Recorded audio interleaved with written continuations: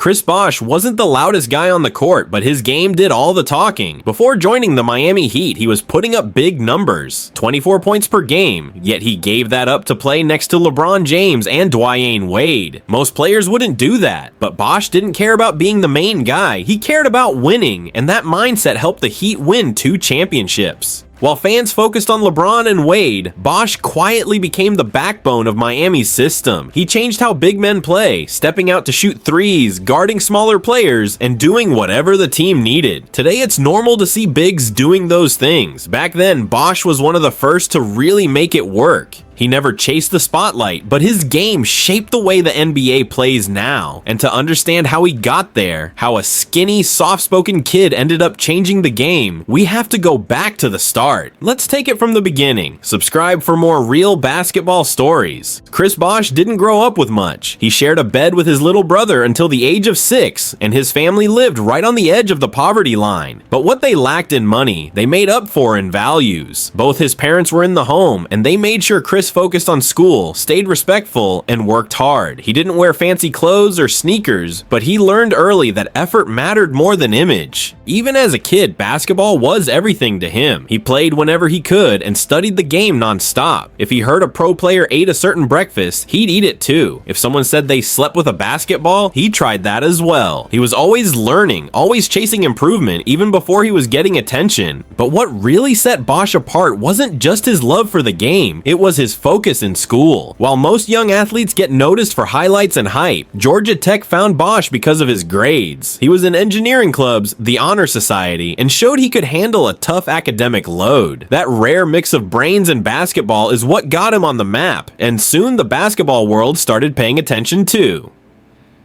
Chris Bosh wasn't the star right away. Even in high school, he played second option on his team, but then came a major growth spurt. He shot up to 6 feet 11 inches before his junior year and started dominating. He wasn't just tall, he was fast, skilled, and smart on the court. He could shoot, block shots, run the floor, and even handle the ball like a guard. By senior year, he led his team to a perfect 40-0 season and a state title. Despite the sudden national attention, Bosh stayed grounded. He wasn't cocky, and he didn't see himself as some superstar. He focused on helping his team win and doing the little things: defense, rebounding, playing smart. He even made scouting reports on opposing players by researching them online, back when most people barely used the internet. When it came time for college, Bosh stayed loyal to the first school that believed in him, Georgia Tech. He knew they had a spot open for him and that playing in the ACC would prepare him for the next level. Right away, he became the team's top player, averaging over 15 points and leading in rebounds and blocks. He also shot an incredible 48% from 3. One season was all it took. Bosh proved he was ready for the NBA.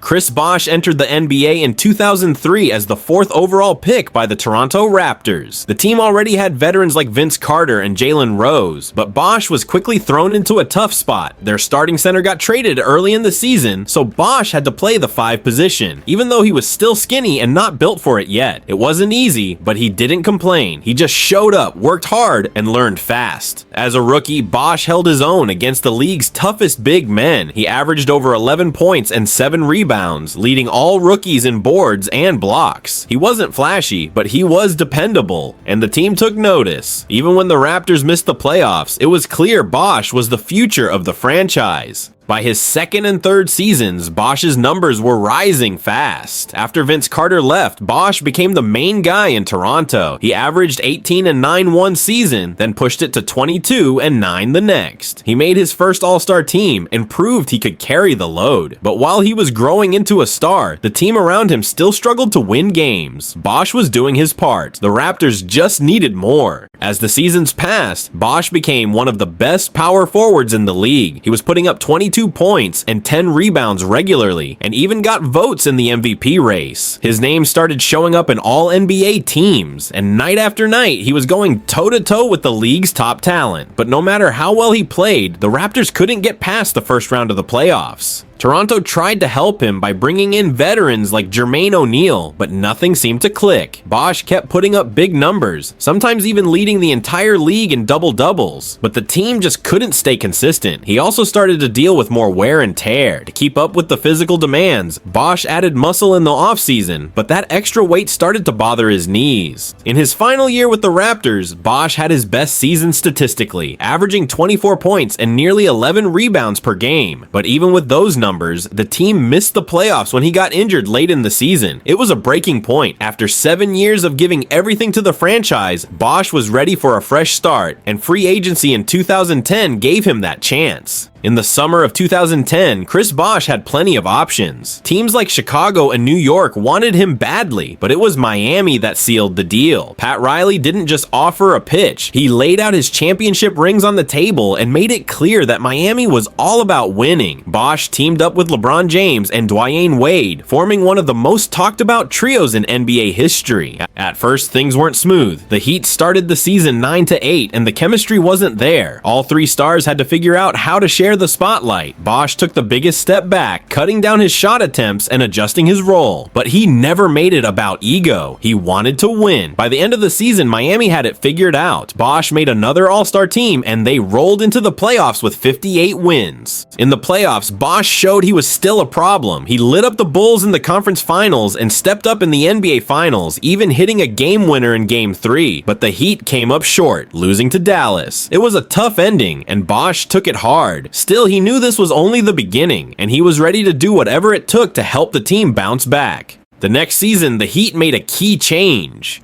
Chris Bosh became their full-time center. He didn't fight the move. He accepted it and adjusted again.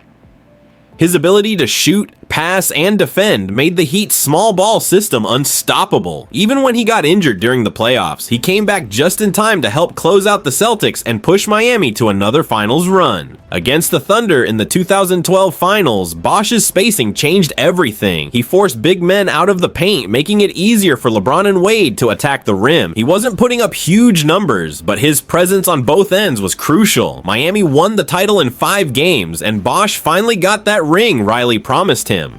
By 2013, Bosh was stronger, more efficient, and playing the best defense of his career. Miami won 66 games and reached their 3rd straight finals, this time facing the Spurs. The series was tight, but Bosh had 2 massive moments. First grabbing the rebound that led to Ray Allen's iconic 3, then blocking a final shot in overtime to seal the game. They went on to win Game 7 and back-to-back titles. He was never the flashiest player, but without him, those championships don't happen. After 4 straight finals runs, the Heat were clearly running out of gas. In 2014, Miami fell short against the Spurs, and soon after, LeBron left to return to Cleveland. Bosh stayed and took on a bigger role, looking more like the player he was in Toronto. He was averaging over 20 points again and keeping the team competitive, until something serious happened. Doctors found blood clots in his lungs, and just like that, his season was over. Chris made a strong comeback in 2016, playing at a high level and averaging 19 points per game. But not long after, the blood clots returned, this time in his leg. It was a major setback, and the medical team couldn't clear him to play. Bosh still wanted to suit up, but the risk was too high. What was supposed to be a short break turned into the end of his career. At just 32 years old, he was forced to retire. Even though his career ended earlier than it should have, Bosh had already done more than most. He was a 2-time NBA champion, 11-time All-Star, and helped change how big men play in today's game. He proved that you can be smart, unselfish, and still be one of the best. His story isn't just about numbers, it's about sacrifice, impact, and setting a new standard for future generations.